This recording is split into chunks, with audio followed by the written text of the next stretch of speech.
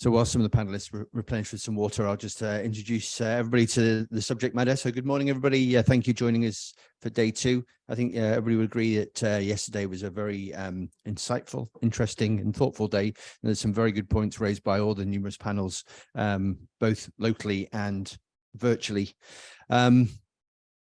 After yesterday's panel that I hosted discussing the role of space situational awareness supporting space sustainability, I'd like to welcome my panelists to explore the relationship between security and sustainability, which I believe is intrinsically linked, but sometimes maybe overused a bit too much.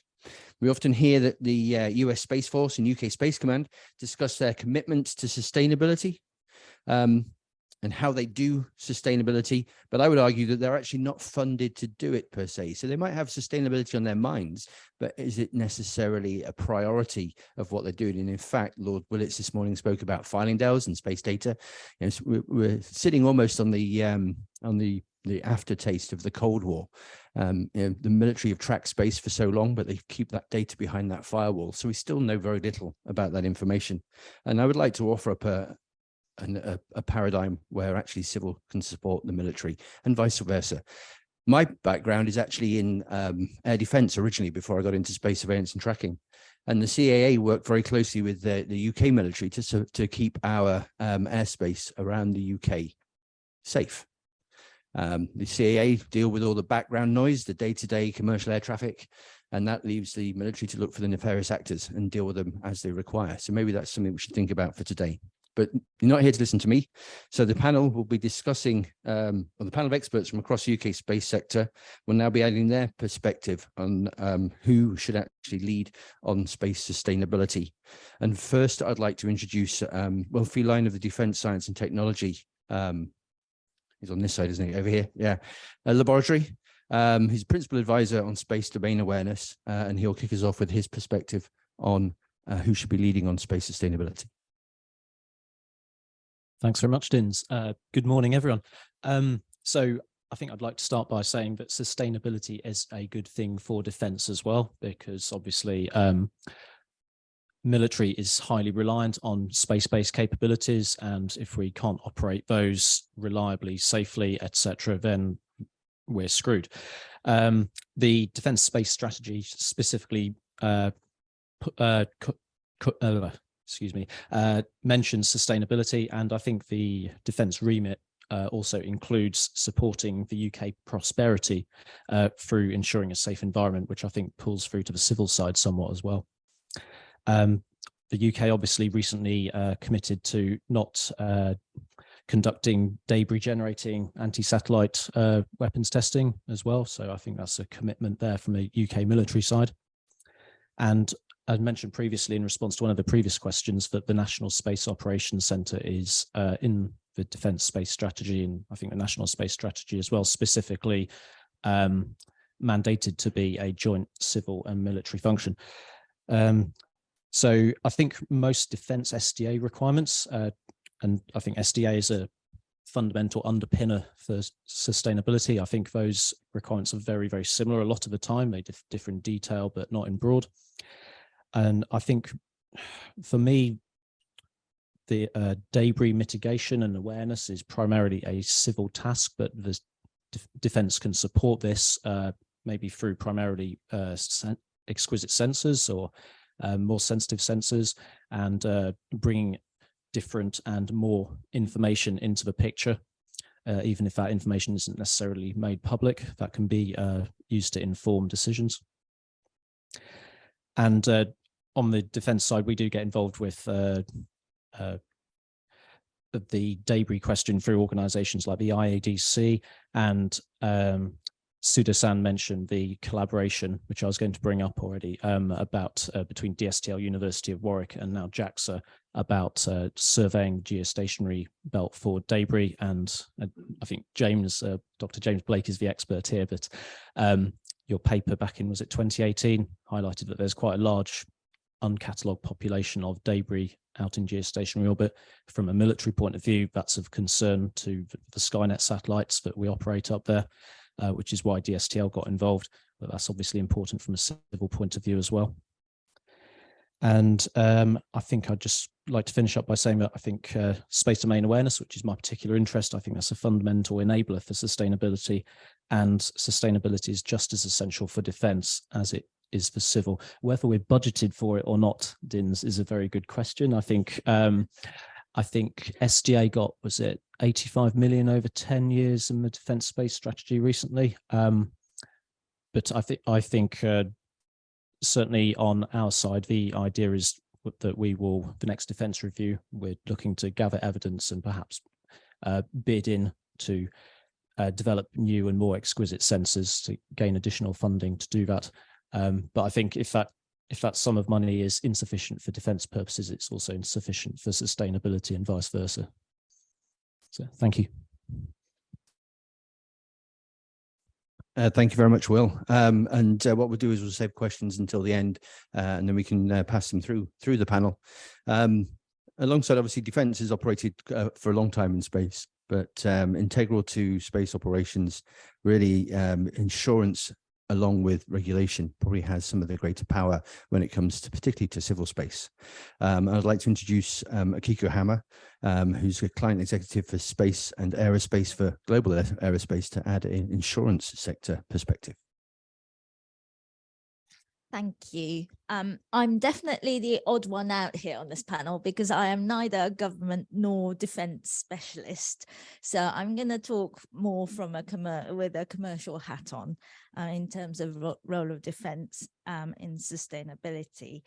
I think I'm not sure if I'm going to add anything new to what is a lot of what has already been mentioned throughout the day and a half so far in terms of what I'm going to say. But I think for us, the way we look at this in two different ways. One is data and the other is safety and security. So on the data front, I will be upfront and say for insurers ourselves, real-time or near real-time data is not actually that useful.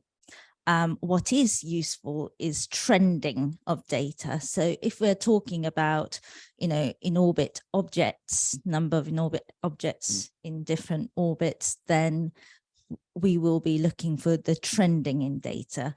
And the part of the reason is because we provide insurance policies that cover on an annual basis. So we will cover all perils and all occurrences that happen within that year, and we cannot act ourselves because we're only insurers. We're not the insureds who are operating the satellites. But one thing we can do is we can advocate the insurers, and they also have due diligence obligations under the insurance policies to say they must act as though uninsured at all times and minimize risk of loss. So we can certainly work with the insureds and advocate towards, increased use of hopefully more accurate data available. So that's one thing. The other aspect I was going to touch on is safety and security. So slightly bit of a doomsday scenario possibly, but if insurers are key enablers of satellite projects. Space is a risky business, so without insurance a lot of satellite projects cannot happen, and we're prepared to take the risk. But if the amount of number of objects in orbit increases so much that collision risks become so big, then either insurance becomes unaffordable for a satellite project or risks become uninsurable, at which point satellite projects may not be able to happen.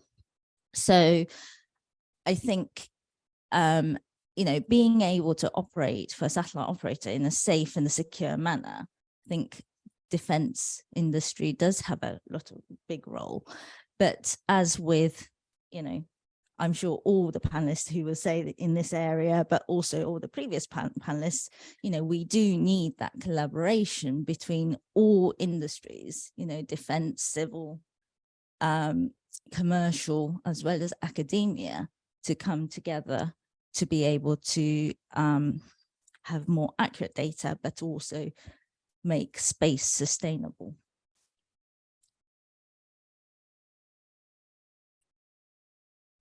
Thank you, Akiko. And yet you talk about trending, but 60 years of space operations, and we haven't even established what norms occur at the moment. And that's mostly because that data we have on space operations sits behind that military firewall. And one company that have been intrinsically involved in not supporting the firewall, but helping out with developing new ways in which to track and understand that data is CGI, one of the sponsors of this conference. And I'd like to invite now Dr. Peter Death, the Director of CGI Space Defense Intelligence, to add his perspective. Thanks, Dinz. So I'm going to be a bit of a broken record. I mean, I've said to most of the people in this room, security is everyone's responsibility. But sustainability is everyone's responsibility as well. I don't think you can just break it down and say, that's this person, that's that person when it comes to security or sustainability. You need to look at it from the start. You need to look at it when you're doing design, and you need to look at it during operations. So I've got an iPhone here. It's not what I choose to have. It's what my corporate tells me to have.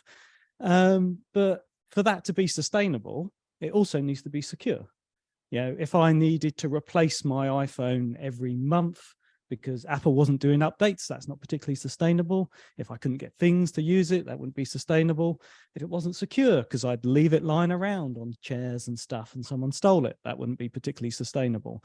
And if we didn't have a police force and a defense to stop people coming in and taking it off me, because I'm not that tall, to be honest, that wouldn't be particularly sustainable either. So I think much like everything else, you need the holistic approach. You need to be looking at the lifespan of everything. And there's everyone in this room is looking at both security and sustainability, whether you're developing the new sensors to detect things, whether you're developing systems to remove debris that's up there, or whether you're developing the systems so that we can do the modeling ahead of time to ensure that things should deorbit safely, naturally. If they don't, we've got ways to pick it up so that we can observe where things are. And therefore, you have the notion, we live in the real world. We have to have a defense force. That defense force has to have the information in which so that they can protect and defend our national interests. And there will be people out there who are working against those.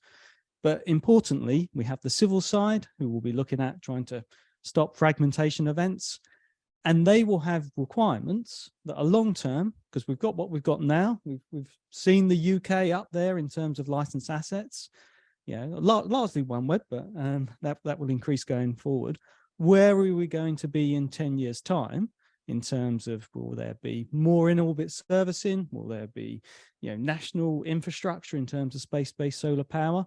What is the UK going to do? What are our other countries going to do? What is China and America going to do?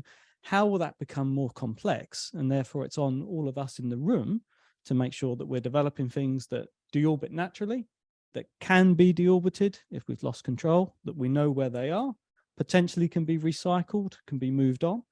And we need to be looking at the challenges in 10 years' time so that we can make the investments in R&D now, knowing that maybe 10 of those R&D things will fail, but it's the one that makes it through that means that we've got the better models or the better materials or the engines that can pick up space junk and move that forward. So I completely agree. It's the holistic approach and making sure the funding is there for all of the stages of the chain, because if it's not there for the R&D, if it's not there for defense, if it's not there for the civil, if it's not there for the commercial, then the whole thing will fall apart. And that's not what any of us want.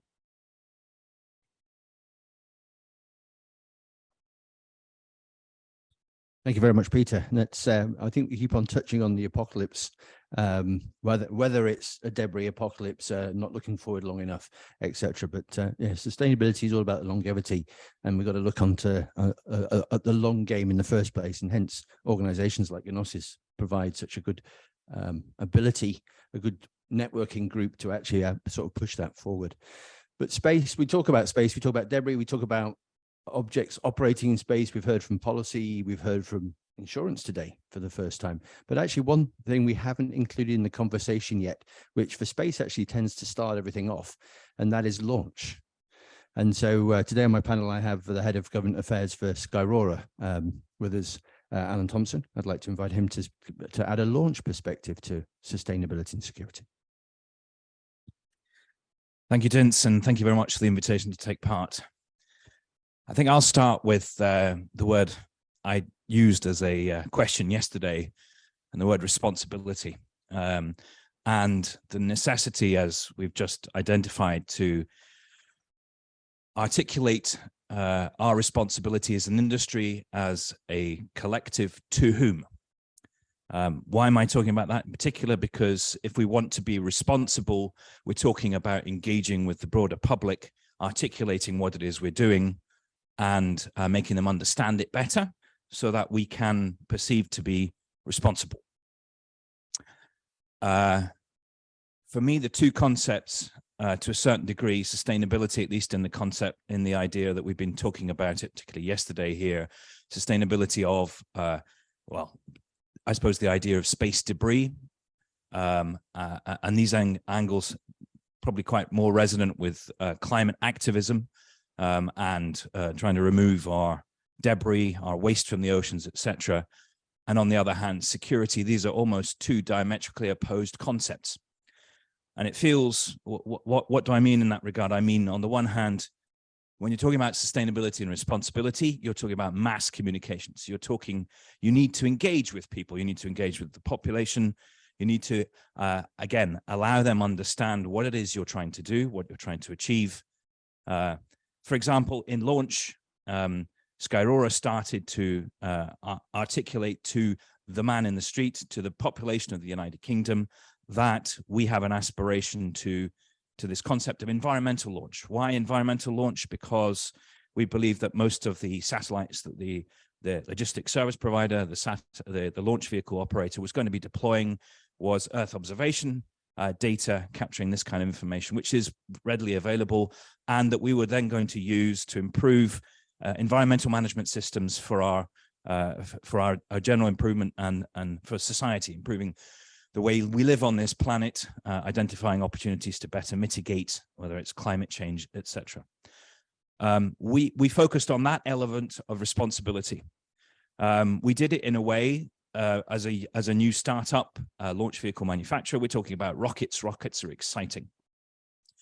I think rockets in a different context are intercontinental ballistic missiles, and they're not really talked about that much, although that's the security side of things. And that's where you stop communicating. You don't want to let people know about your intercontinental ballistic missile because it's a bit embarrassing, because actually that is to end life or to effect some kind of damage to your adversary. So it's this kind of concept that I'm trying to deal with, which is this, on the one hand, where you are responsible, sustainable, you want to communicate. And on the security side, it's where you stop communicating. And how do you deal with it? I think part of the challenge that we're faced, particularly in the industries we've heard already this morning, that we have, on the one hand, a very well-developed and very mature satellite manufacturing industry in the United Kingdom. We've been focused on the logistics service provision from other countries. We've got used to that. Launch is not a concept that is familiar to us, not in any way, and not in an opportunity for particularly the government to better communicate with the population of the United Kingdom. The example we have in the United States is that the United States government threw a huge amount of money at launch. It's become more aware to the population of the United States. But I would say the challenge, what's different between the UK and the US, is that in the UK, we have much more climate activism amongst the population and much less information, particularly around launch. Whereas in the US, the paradigm is there's perhaps not so much climate activism. Launch is much more ubiquitous in terms of, well, we can go and see it and watch it, but we don't really understand what it means. And I think part of the opportunity that we in Skyrora and in the industry were trying to push as we in the United Kingdom get closer to launch, we're trying to push these societal imperatives around sustainability. What does it mean for society? This is something that I would perceive is, it needs to be more crystallized in a compact between industry and government. And I'm saying this from a new space perspective.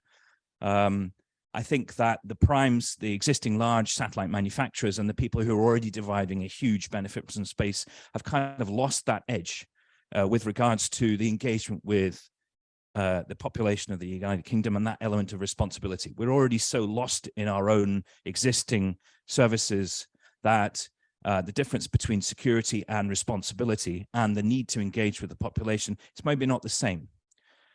Part of what we're doing in New Space, as I said, is trying to enthuse, motivate, and engage. And without a valid, sustainable, and responsible statement, people won't listen to you. It's a clear one. So it kind of depends on who your stakeholders are and what the kind of level of stakeholder you attribute the importance of that stakeholder. So I think that, as I said, it's somewhere along the spectrum between where governments and security is very much resonant with the government prerogative and priority, where they take their own approach to this and where they stop communicating with the population. And as I said, where more commercial legal entities, such as small companies such as Skyrora, where there's an imperative to engage, to explain, and to help understand the activity more, we find more of a reflection of the societal requirements that we need to do that. And I think that, as I said, that's where the compact comes in. So I would almost suggest that are we as a society to expect the security aspects to be ESG, to be environmental social governance, if we're talking about dealing with adversaries, if we're talking about significant life threats to populations? Do we expect them to be ESG? How do we bring that into it? And as I said, I think it's more of the role and the responsibility of commercial legal entities to help propagate that with the population and to support the government by doing that, but not necessarily compromising on the security aspects. And I think that's the answer to the question, because I feel at the moment, on the one hand, you still have the government that's still trying to understand the role of launch in the space industry setup that we've got, but we don't really understand how we're going to be responsible or sustainable in the security side of things. So I think there's a new balance that's required. It's evolving as we understand with the setup of the industry, the structures, etc. But I think that's where we want to be headed. Thank you. Thank you very much, Alan. And you touched on a lot of good subject points in what you were saying there. But I think the key point to myself was about the public engagement. And I know UK Space realised they haven't necessarily engaged well with the public in the past, and they need to engage more and in the right way. And of course, I think it's probably even more so important now when we consider the cost of space, the cost of loss of space, but everybody's worried more about the cost of heating their homes, etc. And that sort of crisis. So probably our engagement needs to be far greater. Before I open the floor to questions, I'd like to hand over to the final member of my panel, formerly of RUSI. Ali Stickins is now the Defence Space and Space Strategy Lead for Frazer-Nash Consultancy. Ali. Thanks, Dinz. So I look after our defence government industry business at Frazer-Nash, which is an engineering consultancy, but my background is from the think tank world, particularly on policy and strategy, anything related to defence and security space. I think about the 3 S's a lot in space, so safety, security, and sustainability, and that crossover of security and sustainability is one of my main interests. So I was really pleased that Dinz asked me to be on this panel and I get to talk about this. When I think about those two, obviously they do rely on each other. You can't have security without sustainability. You can't have sustainability without security. And so I think we need to make sure that we're having this conversation so that you have defense representation in questions about sustainability, and that you have that sustainability, some of the NGO representation in some of the defense conversations, because we're all going to impact each other. But I think it gets really interesting then when that question about who is responsible. Like I said, militaries have an interest in sustainability. Obviously, this is about the use of space for their operations into the future. But the central focus for the defense will always be on security, and it will always be about ensuring their missions. So they can play a role. And I think it's important for them to look at how can they mitigate against, the potential negative effects of military activity in space. What can they do to actually work on preventing some of those worst case scenarios of conflict in space? So, things around the really fantastic work that's been done now that we've got countries signing up to saying we're going to, you know, we're not going to test kinetic ASATs. So actually looking at saying, you know, we're going to work, the sustainability is almost like a happy side effect of preventing conflict and preventing those adversarial and aggressive activities in space. But, you know, sustainability, I think in my view, it shouldn't necessarily be the core responsibility of defense. And also it's probably unlikely they're ever, as Will mentioned, going to have enough budget to, you know, actually take that on. And when I was thinking about this question, I was thinking, well, let's look at climate change. So here's another question around sustainability in terms of, you know, roles of defense. Militaries are looking at climate change. They're looking what are the effects of that on where they're going to operate, how they're going to operate, what their platforms are, how their platforms are going to be able to still work in some of those worst case scenarios. And they're looking at how they can contribute to net zero. You know, so the RAF is looking at sustainable fuels. All militaries are looking at how they can do work on just military bases to reduce their emissions. But the mission will always come first. So there's no point developing a platform.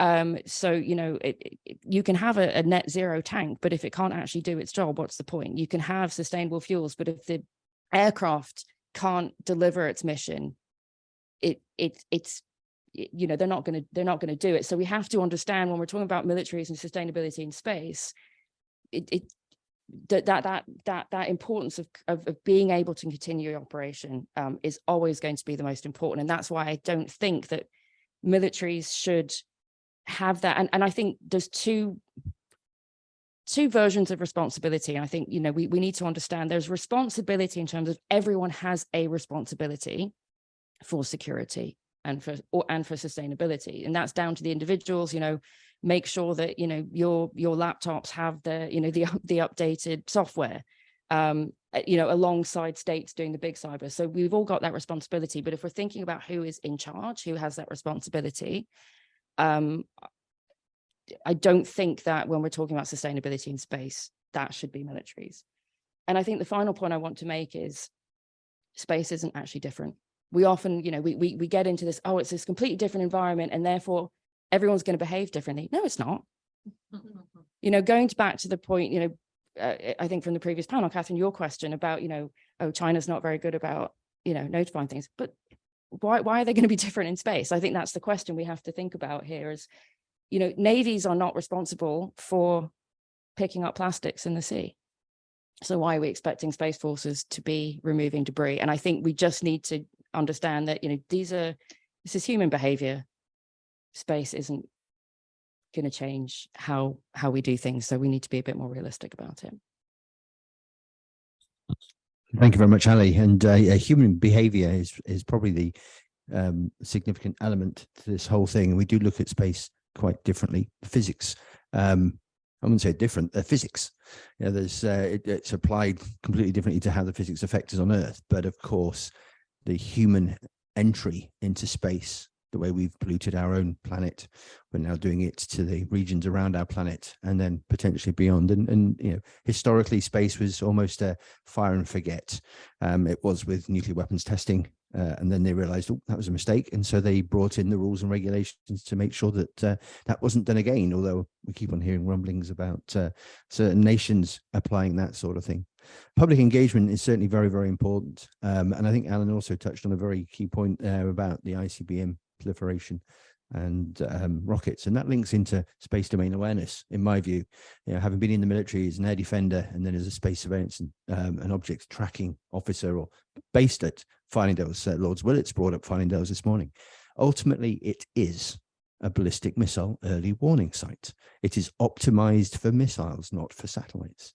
So my personal feeling is we are over-reliant on some very good capabilities that defense provide for sustainability, but they're not optimized to support it. So ideally, we should be, as Ali pointed out, funding it elsewhere, but realizing that they do have a responsibility for it and can help towards it.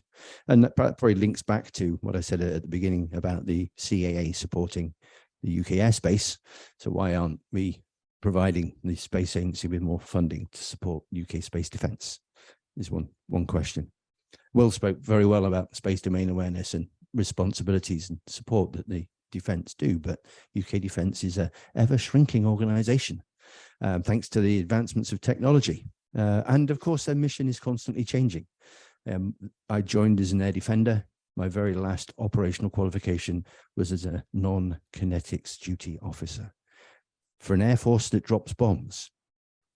Just think about that. But then Akiko very importantly spoke about trending. I mean, we need to look back at the trends of space operations. We can't, because that information is hidden behind a military firewall. And it's great to think that we might be able to apply, for want of a better phrase, pressure to get more data out of finding those, but actually no, it's a classified system. Therefore, they can only give us so much support, some good support, but only so much. So we need to look at more open ways to do it. Civil, commercial, SSA providers. Peter's piece about the intrinsic link between security and sustainability, the analogy with the iPhone, brings it, almost links into well with what Alan said about public engagement. You bring that information down, make it more normal, but recognize the fact that space is still special, and that goes well. And that hopefully educates and people understand, and then are willing to put their cash towards things that will improve the society. And Alan did bring up that point about the way to improve society, support society, maybe in some instances it's at the moment a first world problem, but we need to ensure that it's not a problem for the rest of the world, but it becomes integral to the rest of the world. Hot off the press this morning, there was a talk about UK trialing Starlink for remote UK regions to see how well internet from space works. Interestingly, it's Yorkshire, Cumbria, and Wales. No mention of Scotland, but there's the first 3 sites anyway. But Revo Abbey in Yorkshire is a good place to test that. And then Ali, of course, really summed it up, both about the changing world of the military and more importantly about we need to stop treating space as something special. I'd like to open the floor to questions. I see we do have 2 online, although I don't have access to the questions at the moment. But is there anybody here in the room first?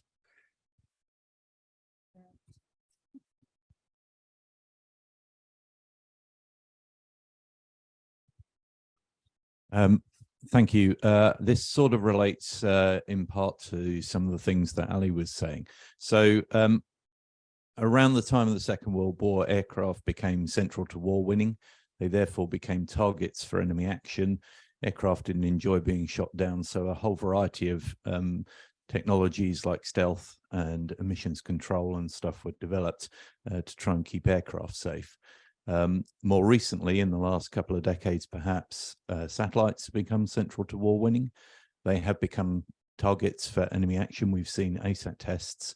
And I think the next logical thing to expect in order to achieve the mission, as Ali was saying, is that spacecraft will start to employ the sort of techniques that aircraft did, sort of emissions control, stealth technologies, etc., to try and make themselves more survivable. From a military perspective, but that raises a question that they're now harder to track for everybody else. So I wonder whether the panel could comment on the potential future challenges of stealthy satellites. Thank you, Stuart. And I'll actually pass that straight to Peter, seeing as he did the iPhone analogy, which is less stealthy. I'd like to hear your views on that. Thanks for that, Stuart. No, it's a genuine question, and I think one of the things that we have to realize is that we live in a world with adversaries in it, and it's not just the fact that some satellites are hard to detect. We live in a world where some things you think aren't satellites, that are debris, suddenly after a few years they maneuver. They've not been debris all that time, they've been up to something else. Sometimes you'll have adversaries who will know what your space domain awareness capabilities are, and they will look to maneuver, they will look to perform operations when they know your space domain awareness capabilities are weak. So they'll look to say, all right, you're reliant on optical, I'll go during the day. So it's not just the case that we can't detect these things, is that we can detect them intermittently, and we can only make predictions, sometimes based on their propulsion, about where they will be. So I think it goes beyond just that native, we don't know what everywhere is. But yes, and the only thing that we can do there, and one of the things that came out is we need a variety of sensors. We need laser ranging, we need optical, we need in-orbit detectors, because to be honest, even the people who are trying to make their satellites stealthy, some people aren't trying to do that, but end up making their satellites stealthy because they've turned around and said, oh, people have complained that I can't see my stars, therefore can you make your satellite less stealthy? Fair enough. Or people have complained, this or that, and you've got debris, which may not have been designed to be detected anyway. So I think it's the mesh of different sensors at multiple locations, multiple orbits, multiple capabilities, and needing to tie those together with both UK sovereign capabilities and the capabilities of our allies to be able to detect where these things are and predict where they will be. Yeah. Thanks, Peter. Just to add to your response to Stuart's provocative question.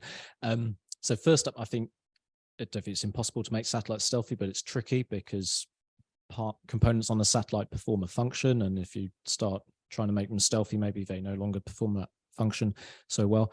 But I think that's certainly a potential problem, and also the dynamics of the situation. So I was heavily involved with an experiment that we were doing between various nations we called Phantom Echoes, as you probably know, Stuart, where we were trying to track MEV 1 and 2 as they docked with Intelsats in geostationary orbit, and MEV used electric propulsion to raise its orbit, and that made it a nightmare to track because you detected it one night and then you propagate the orbit forward and it's not where you expect it to be the next night. So I think the proliferation of constant low variable thrust is going to be a big problem, and you can tackle that with clever dynamical models, or you can tackle it with a proliferation of sensors, etc.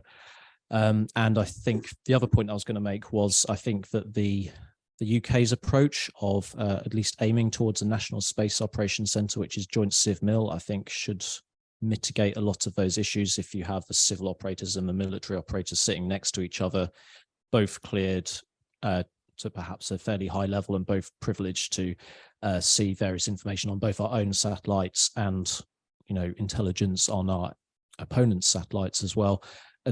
You may not be able to make that information public, but at least that you will be aware of the situation as best you're able and be able to make decisions accordingly.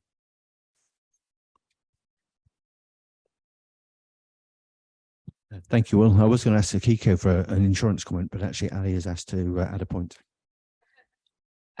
Yeah, I think just following up on that last point Will made, I think, when it's looking at actually that widest definition of space domain awareness, so including the intelligence. So we say we might have trouble seeing it, but if we've got the best intelligence possible about what our adversaries' sort of intentions are, that, it's bringing that into it. But I think it just made me think of another interesting point. I think it's something that I know we've spoken about in the past, which is around SSA warfare. And, when you mentioned, they might do something when they know our SSA capabilities are lacking, but we also need to be thinking about, it's not just the denial and disruption of our space assets. It's also about the potential denial and disruption of our SSA or SDA capabilities. So that has a security impact, but it also potentially has a sustainability impact if, as a result of, not being able or being denied visibility of some sort of activity in space, is also potentially denying us additional information about conjunctions or other things that are happening that have that broader sustainability perspective. So it just made me think about that. It was quite interesting. Thank you, Ali. And Akiko, I would like to revisit on that, that seek and defend, that hide and seek part of space for military space. I mean, how would that be viewed within the insurance sector, considering the fact that obviously you're looking at trends and analysis? How can you trend a hidden satellite? With very much difficulty. And for me, as a civil person, a very commercial and non-military related person, I find that kind of concept quite scary personally. That's a very interesting question. I think that could become a threat in the future. If this is something identified within, and we would want to know about it. From a pure insurance policy point of view, war risks are excluded as a standard. So it's not a major concern we have, but as a trend, yes, it will be concerning, because ultimately, if this is a threat in the future, then that's something we have to take into account when insuring risks. Thank you, Akiko. And not to leave you out, Alan, we have a question here online, and I'll start off with you on this one. It's, do you think there is a scope for a total ban on kinetic ASATs, considering satellites can be immobilized, both temporarily and permanently, without the use of physical interaction? Thank you, Dinz. Kind of a difficult question. I was actually I'll start by trying to answer the previous question and maybe put that into context. So I was going to say, particularly with space domain awareness and space situational awareness, again, a comment that I was party to by the head of geospatial intelligence in the United States, who noted that actually the commercial side of ubiquity of data was growing, and actually the commercial angle was going to force the nefarious actors, or the stealth, whatever you want to call it, into a different kind of stealth. So I do believe that disruptive technologies that are being developed faster in the commercial world do have a significant role to play in solving part of the challenge of the question, the previous question. I was also going to suggest, from a launch vehicle operator's point of view, a commercial launch vehicle operator's point of view, the point that you started with, which launch, believe it or not, is the gateway to putting those things there in the first place. So if you start by registering everything that's on that launch vehicle, you've got a pretty good guess, at least to start by, saying, well, where did it come from in the first place? And how did the debris or whatever else it is, the item, get placed there? So I suppose, and from that point of view, that was harking back to the responsibility side of things. As Dinz knows, we started in Skyrora trying to address again, a broader understanding of these things with society, with our potential, even within the industry, within the space users industry, the astronomers, trying to say, well, actually, we're not going to be launching things to deliberately clutter up your sky. We want to do it in a way that is collaborative and engaging, so that we can all derive a beneficial use from this. And we came up with this idea of the challenge that we called Finding Prospero, which Paddy Neumann didn't allude to, because it was the 1971 launch, but it was regarded as a British launch from Australian soil with the Black Arrow rocket, and deployed that Prospero satellite. And on the back of that, we also came up with a set of principles that we called the Prospero Principles. Sounds quite catchy, doesn't it? The Artemis Accords, the Prospero Principles. The Prospero Principles were a set of guidelines that we, as a launch vehicle operator, in trying to demonstrate our responsibility, we're going to encourage the satellites on board to share information, what we just talked about, the data that Akiko is talking about that's behind a firewall, share information about the mission, the type of satellite, how long it's going to be in orbit, these sort of things. So I suppose these were sort of two answers to the previous questions. In terms of the ASAT, again, I think, well, if I'm going to back to my first response, I would suggest that as with new technologies are being developed, both, I suppose you could call them adversarial and or protectional, I suppose security driven. I suppose that I would like to see that through the correct use of commercial technologies. Maybe it's difficult for any government to make a specific ban on this kind of activity, because if you ban it, then you just throw it out from without your purvey, so you can't see it and you're not tracking it potentially. I think actually it's more about trying to understand what that technology is that's useful, and how do we deploy it in a way that is not in an adversarial context. So I think it's almost back to Ali's point about, this is not anything different. Actually, the best weapon is the best, is your optimism and your humanity, rather than your desire to destruct or to be an adversary. So maybe poor answer, I suppose.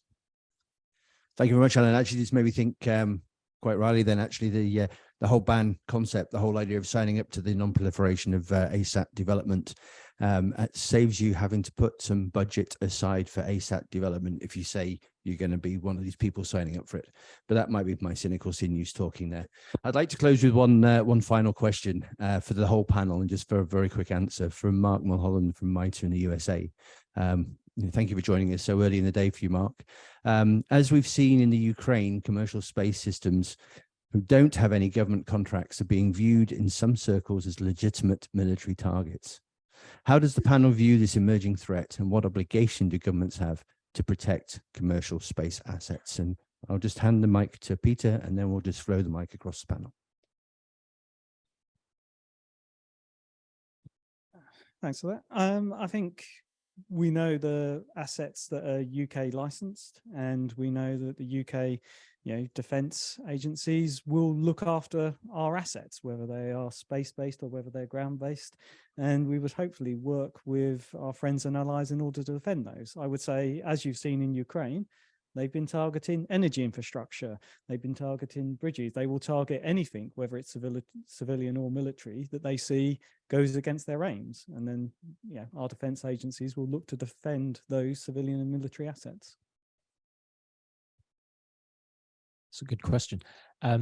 Certainly on the UK side, I know that we work with our friends and allies in the US, for example, to defend our military assets, and I think that would extend to UK registered satellites as well. And I don't think I think it's shades of grey here. There's different ways of attacking a satellite. So if you're jamming it, it's reversible. It's much less escalatory than a direct descent ASAT, which I hope are certainly developed almost as a deterrent measure as much as something that you would use in actuality, because if you start flinging those things around, I think it's going to be a very bad few months for everyone.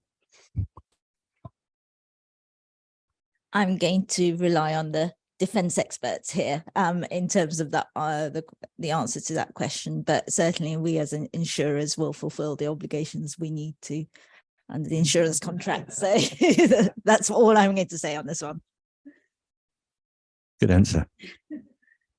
I mean, I'm not surprised. I wouldn't necessarily even call it an emerging threat because, as has been mentioned, this is just part of what you might call sub-threshold or so-called grey zone activity. It's not just military targets, it's across the spectrum. But I think, the point well made that if we look across the entire spectrum of counter space capabilities, from kinetic ASATs through to jamming and cyber and dazzling and all these different things, how we defend against that, how we might respond will very much depend on whether you're destroying an asset or whether you're disrupting it, whether you're denying it, is it temporary, is it permanent? So, there's a whole range of responses, and that's, what you have to think about is what is also the likelihood of, the different activities. I would agree that I think the kinetic ASATs are more in a deterrent. That's what I'm again hoping for, because we really don't need to see it happening. But just to go back to I think the previous question very quickly, I personally don't think we'll ever see a real ban of a legally binding ban on kinetic ASATs, because I have a very cynical lack of faith in the international community of actually being able to do this, having witnessed some of the discussions. And what we've seen is a commitment to not test them by a number of states. None of that is legally binding. But I think we need to focus more on behaviors rather than the capability itself. So rather than saying it's this technology we're banning, it's actually about the behavior. And to be clear that if you were to use a kinetic ASAT in a time of conflict against someone else's asset and destroy it, there will be some repercussions. We don't know what those would be, but, don't do it because you'll regret it. I think we need to be very clear about. Completely agree with the behavioral aspect. I think we seem to be getting lost in the concept that because we've got more information or more sources of information thanks to satellites, that satellites actually represent some kind of threat or greater existential influence on our lives. I think what you just said there, Ali, was about the behaviors. It's about the people who deployed them in the first place. And whether you've got more information or not, the next question is, you've got loads of information or information overload. How do you contextualize it? How do you make it relevant and useful? Is that really going to change your decision-making process? Is that really going to, at the end of the day, stop you from engaging or allow you to continue engaging with your adversaries or with your allies? I think so. For me, it's all about behavior and the intent behind that behavior to start with. And if you use the satellite as an excuse to not engage, then where are we going to be? So I think there's a slight danger here. But I think, as I said, ultimately, I'm a great believer in human behavior and the fundamentals that no matter how much information we can try to interpret by ourselves, we might think we can make a better decision, but ultimately the decision that we make at the end of the day is still going to be based upon our experience, not necessarily the huge ubiquity of information that's placed before us in that particular context. Anyway, thanks. Thank you very much. And almost perfect timing. I've lost my network connection on my laptop. Hopefully that doesn't mean that the network's gone completely. It also means that I can't see the 4 or 5 questions that were in there for the panel, which we'll answer out with this discussion. I'd like to thank my panelists very much for their participation this morning and their insights into the security versus sustainability piece. Thank you very much for your time, and enjoy coffee.